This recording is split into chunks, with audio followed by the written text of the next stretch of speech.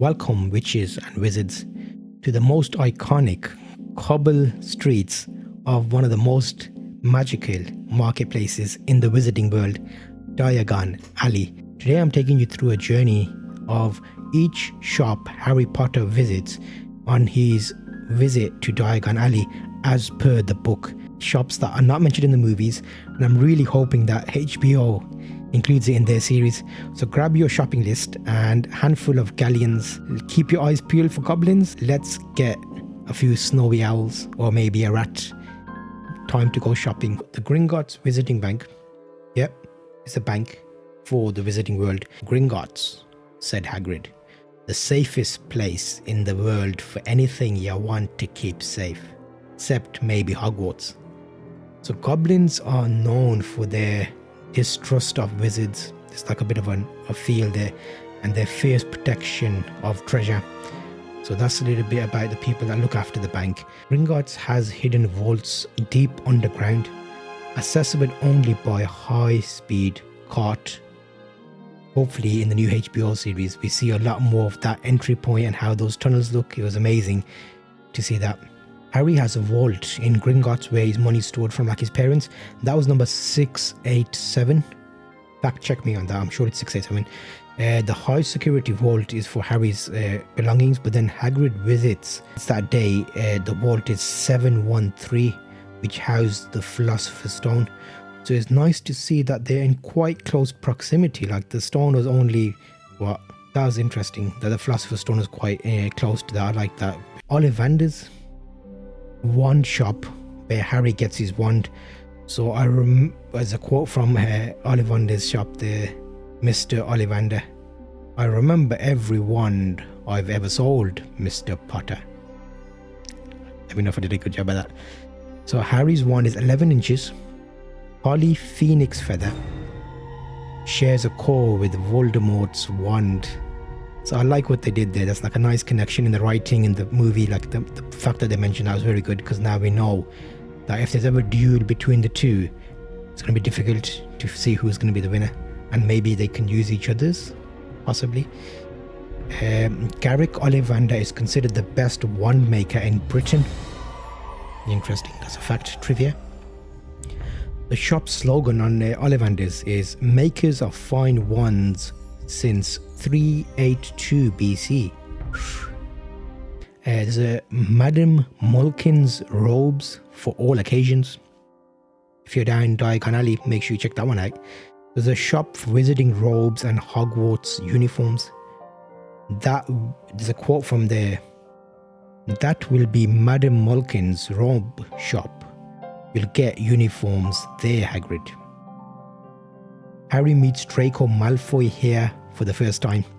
Will we see that in the HBO series? I don't know, it'd be nice to see that first meet.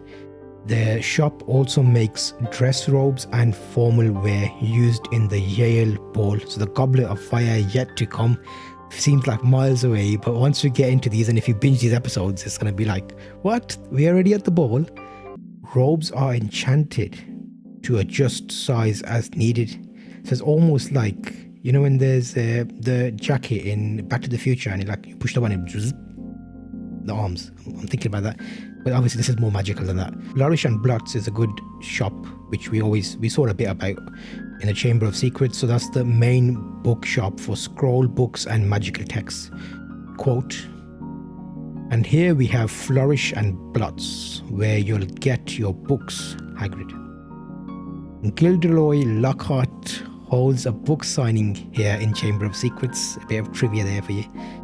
They sell rare books like the Invisible Book of Invisibility, which is impossible to restock because it's invisible. Some books are cursed or dangerous and are chained to the shelves, almost like when they go to the restricted section and they opens a book and that moment, that's quite a magical moment. Ilops Owl Emporium. So this shop specializing in owls sells food and cages too. So obviously you need to have a pet when you go into Hogwarts, so that's one.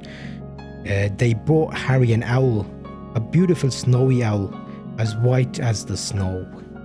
So Hagrid gets his birthday gift to Harry, which is Hedwig, and it's a snowy owl. He buys it from Ilops Owl Emporium. Am I saying that right? Ilops. Cottage's Cauldron Shop. So this is where they sell the cauldrons and various size differences and metals. So you'll need a cauldron too. Pewter standard 2, said Hagrid. Did you know a little trivia fact you can get from the cauldron shop? Offers collapsible cauldrons, self-stirring cauldrons, and those made of silver, brass and pewter. So when you're doing some magical stuff, if your cauldron is not thick enough, it could explode, and that's why the Ministry of Magic sets specifications for thickness of cauldron bottoms. Fun trivia. Cauldrons are essential for potion making at Hogwarts. Slug and Jigger's Apothecary. So sells potion ingredients and supplies. So it's like an essential place if you're doing magic. There's a quote from that. They passed a shop with barrels of slimy stuff outside. Slug and Jigger's Apothecary. They stock in this store. They stock dried nettles, dragon liver, horn of bicorn, and powdered root of asphodel. You know what that is? The old Snape special. The smells in the shop include rotten eggs and bad cabbage. So what can you expect to smell when you get into that store? You'll smell rotten eggs and dried cabbage. Some of the ingredients are highly regulated by the ministry that are stocked in Slug and Jigger's Apothecary. We've got Wiseacre's Wizarding Equipment. So they sell magical instruments like telescope and scales. Next, they visited Wiseacre's Wizarding Equipment to buy a telescope and a set of brass scales. Also sells hourglasses, compasses, magnifying glass, and enchanted measuring devices. So you can whip out a tape measure and it'll automatically tell you it.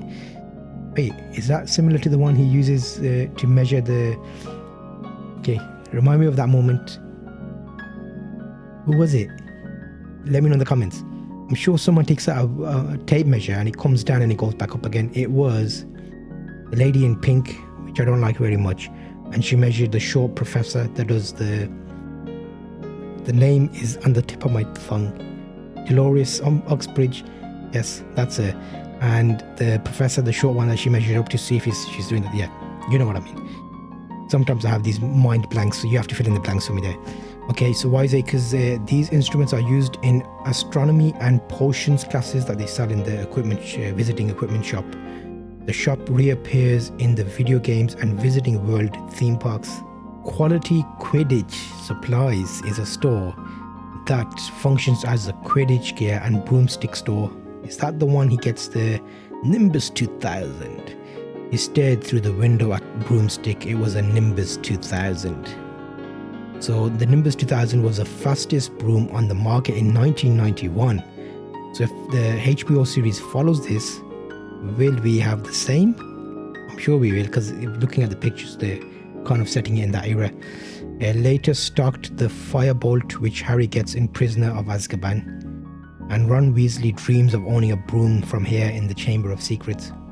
Those were some of the stores in Diagon Alley mentioned in the book. How many of these will make it into the HBO series? I'm hoping for at least half, just to get a little bit of a feel about Diagon Alley. It's magical to see some of these shops and these memories that they stir up, like Wiseacre's shop, and you're getting measuring tools, and then, you know, all this is amazing.